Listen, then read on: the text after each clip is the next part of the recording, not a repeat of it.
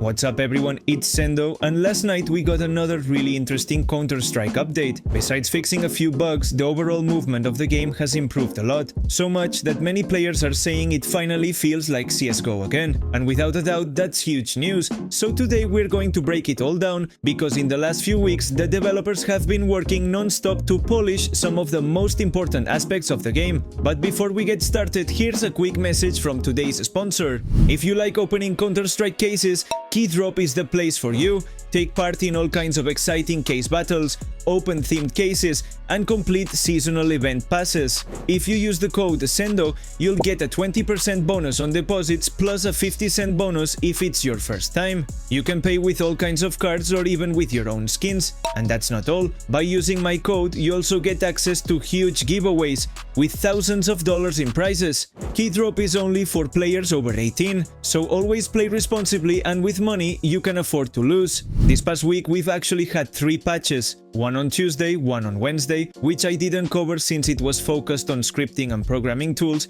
and now another one. Even though it looks short on paper, this latest patch has massively improved both movement and bunny hopping in the game. To start with, they fixed a collision issue at the ladder room hole in Mirage, they updated the R8 revolver geometry and adjusted the scale of its animations. SV Subtic movement view angles now only sends Subtic view angles to the server together with other Subtic events instead of constantly sending them. This makes our keyboard and mouse inputs precise again without skipping anything. And finally, Vulkan defragmentation has been enabled to help reduce texture streaming overhead. So where exactly does the patch say movement was improved? Well, technically it doesn't, but the moment you hop into the game, the difference is obvious. Both bunny hopping and using fast key combinations for trick jumps now feel super precise. The game isn't skipping inputs anymore like it was after the AnimGraph 2 update. After more than a month of patches and attempts to fix this, the community is confirming that yes, movement now feels very close to what we had in CSGO. That said, just a quick warning, don't use any config files to make bunny hopping easier or automated. Backlife is detecting them now, cancelling matches and handing out temporary competitive bans. It really looks like Valve's anti-cheat is starting to recognize behavior patterns it couldn't catch before. I'm honestly glad to see that even though the devs have had their share of mistakes, these past few weeks they've been pushing patch after patch to bring the game closer to CSGO, in both movement and hit registration, which is still inconsistent.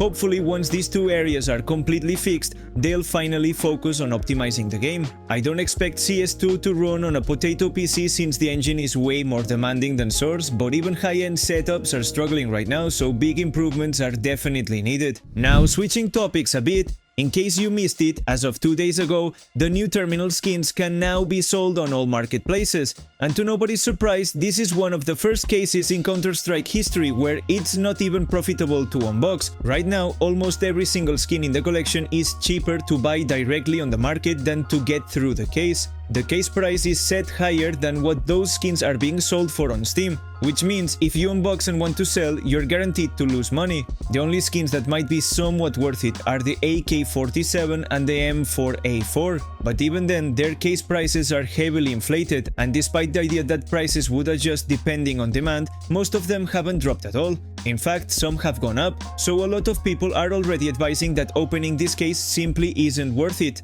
Honestly, it seems clearer than ever that this case was designed mainly to avoid gambling regulations in certain countries. At the end of the day, it's always more profitable to try your luck with a €2 key than to pay over €20 for a skin that's worth only €18 on the market. We'll see how it all plays out. But things aren't looking too great right now. As always, you'll get the latest Counter-Strike updates right here on the channel, so don't forget to subscribe if you don't want to miss anything from CS2. This is Sendoh signing off for now. See you soon.